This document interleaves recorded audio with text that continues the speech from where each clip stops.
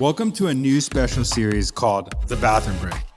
That extra 10 minutes you either have to listen to marketing tips or use the bathroom or both. But I don't recommend both, but that's your choice. This collab is going to be super fun. We have Daniel Murray from the Marketing Millennials and me, Jay Schwedelson, from the Do This Not That podcast and subjectline.com.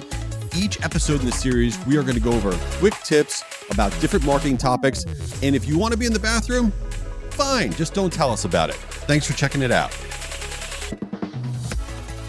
We are back for the bathroom break. This is Jay Schwedelson from Do This Not That. I'm here with the ultimate marketing millennial, Daniel Murray. We're going to be talking about subject line tests you haven't tried. But before we do that, Daniel, speaking about stuff we haven't tried, you got a kid, a little baby. So are you not like watching TV these days? And are you watching any like reality shows? Are you watching Landman? What is on Daniel's list of non-sports related TV right now? I think you just like reminded me Landman existed again. But right now, pretty much nothing. I did watch tennis like 2 days ago. What's wrong with you? I said non-sports, you bro. But Landman, I've watched Landman. The Pit. The Pit is great. Pit. Now, here's the problem with The Pit. Let me ask you about this. So The Pit's the medical drama with Noah Wiley, whatever, and it's like 1 hour in real time. It's these medical show. It's very intense. So the problem is when I watch that show, it stresses me out. I cannot relax watching that show. Do you watch it and you're like, oh yeah, this is nice? I don't watch it like this is nice or not. This is not nice. I just watch it because it's just. I think it kind of reminds me of like 24 back in the day. Do you remember the show 24? Yeah, that was a good show. Bring back the hourly what's happening in a show. I think that's Kiefer Sutherland. What happened to that dude? I think he's also, isn't he brothers with Charlie Sheen? I think he is. Or do I have that wrong? I have no idea. I think I'm right. Who cares? Let's get into the topic of the day. The topic of the day is, people say, oh, it doesn't matter if you get a lot of people open up your emails, it's all about the click. Well, I don't agree. If you don't get your emails opened, who cares what's in your email, whether you're a business marketer, consumer marketer, nonprofit? And there's always new subject line tests to try. And we're always trying the most random, weird stuff. So Daniel, do you want to hit some of your favorite recent ones that you've been trying, or you want me to start going down? I could start with one thing that I've been trying that has worked really well is all capsing the subject line. You doing that? Yeah, it's working really well. It's like kind of scary in the inbox, but I've been doing all caps, and it's actually beating the test of no caps by like 3 or 4 percentage points. So that's really good. I still solely believe that if you have an emoji in every email, people will recognize who you are.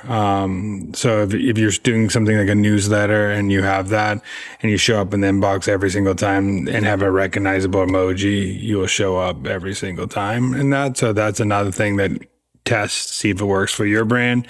I also truly believe in capsing one word in. So like not only having like a flat title case thing, you capitalize one of the words like this one tip and capitalize one, things like that. I've been testing a lot, but I know you're the subject line guy. So let's. Well, first off, I think it's very important for everyone to hear about the capitalization, because it used to be believed that if more than 50% of your subject line was all capital letters, that it would cause you to go to the junk folder or spam folder or whatever. And that really is not the case anymore. I'm not saying that every email you send out should have every letter should be capitalized, but if you haven't tested, like what Daniel said, all caps for every letter in your subject line, that's a test. Also the reverse, which is no capitalization, not a single word capped. Because what you really want to think about is what is the type of subject line that AI would never tell you to do? And no capitalization, all capitalization are great examples of that. I'll tell you one that we've been doing a lot that's been working really well, which is this idea of pattern interruption. Pattern interruption, meaning like you're talking to your subject line, regardless of what audience you're marketing to, it would say something like, wait, ... this worked, ? Or, okay, ... this surprised me. And it's this idea when they're doing that social scroll in their inbox, if you can get some sort of pattern interruption moment with your subject line, it really does help to, and that's all you're trying to do, get that millisecond pause, and it could radically change the number of people opening up your emails. Yeah, I did this when I've done things that like this changed the game, ... and things like that. I also thing. I mean, your tip that you've always talked about, adding a number in this at the beginning, works like a charm every single time. If you add like 5 tips to do this, 5 this to do this, it might be a little late, but I still think adding 2026 and some of your subject lines, if it's still going, it might have like a month or two more of that. That's another thing to start testing. Also, I truly believe that we talk about this all the time in the pod, but relevancy of doing something like either it's a pop culture moment, you do that with like pop culture moment, or relevancy, putting marketers or marketing tip or brand marketers or brand playbook or something where it signifies like you are the audience is super valuable to add in your subject line. Yeah, I'll give you a few other ones that we've been testing that sound so random. And you're like, really? I'm going to do that? Yeah, that's called marketing. And one of them is this idea of the accidental internal reveal. What do I mean by that? Where it would say something like, let's say you have a consumer sale. It might say something like, we forgot to end this. And you're basically saying, oh my God, we were supposed to end that. We didn't end it, but you're letting the person in on it. Or the pricing team is going to hate this, where it's this insider view, which is not real, but it sounds sort of real.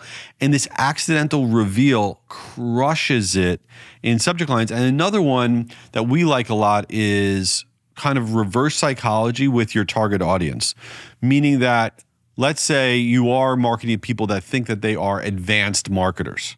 Right? You literally have your subject line say, not for advanced marketers, right? And not for affluent investors. If things are already working, skip this. Ignore this if your conversions are strong. Basically, it's the reverse. Like, wait a minute, I'm an advanced marketer. I'm going to check this out. If you can use reverse psychology with the target embedded into it, it's all in the subconscious, but that person gets slightly annoyed. They don't even realize it, and they're opening it up to check it out. Anything with the psychology driven things are going to work with. And I also like always think about not giving away what my email is about in the subject line. I think so many people give away what their email is about ahead. Like, I hate saying like, oh, check out this marketing case study about this. And it's, I don't want to open that. Give them a little peep of something that might be in the email, that is in the email, that has a cool stat or cool something that at least has that curiosity edge to get them to open. So many people, I see subject lines all the time where I know what your email is about. Why am I going to open this? It's just good. You're wasting my time with that subject line. If you want me to open it, give me something that I'm curious about, or reverse psychology, or play the game that with numbers or specificity. Or I think too many people give away. They also give it away in the pre-header too. You can't give away what your email is about. You want them to. You can give a taste of what it is, but not the full serving in the subject line. Yeah, and that's also why I think half-sentence subject lines do well. Like literally cut it off in the middle of the thought and go ... They absolutely crush it because people just want to know what's going to be on, what's going to be in there. Speaking about what's going to be on, let's get back to important TV shows. How do you feel about like reboots of shows? Like you probably don't care because you probably didn't watch the original one, but Scrubs, the medical show, is coming back. Like this coming week, it's coming back, whatever. How do you, or Gilmore Girls made a redo, like a Will Bob. That was horrible. Look at you. You have an instant negative reaction to the reboot on Gilmore Girls. Are you anti-reboots? I'm anti-reboots of a show that, like, I think I'm so scared about the Harry Potter reboot of a TV show. I'm super scared that this is going to go over so badly. Reboots of shows, they sometimes could work, but remember, like Heroes did a reboot and it was horrible. Heroes was so good and they just stopped. Yeah. I'm trying to think of a show that actually had a pretty good reboot. That what show could you think about that actually had a pretty good reboot that came back pretty strong? I can't think of it. I think the Karate Kid, that was more of a reboot. It was really a pull from the movie into a TV show. That was pretty good. I will say the most recent one, The Office.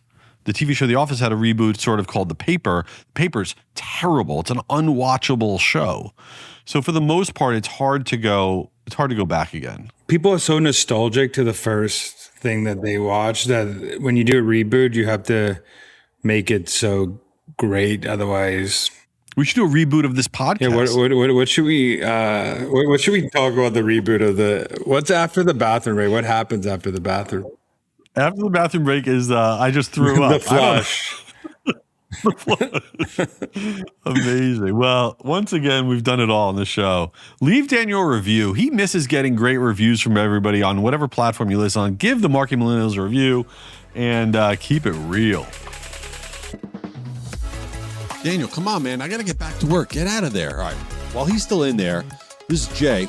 Check out my podcast, Do This, Not That, for marketers. Each week we share really quick tips on stuff that can improve your marketing, and I hope you give it a try. Oh, here's Daniel. He's finally out.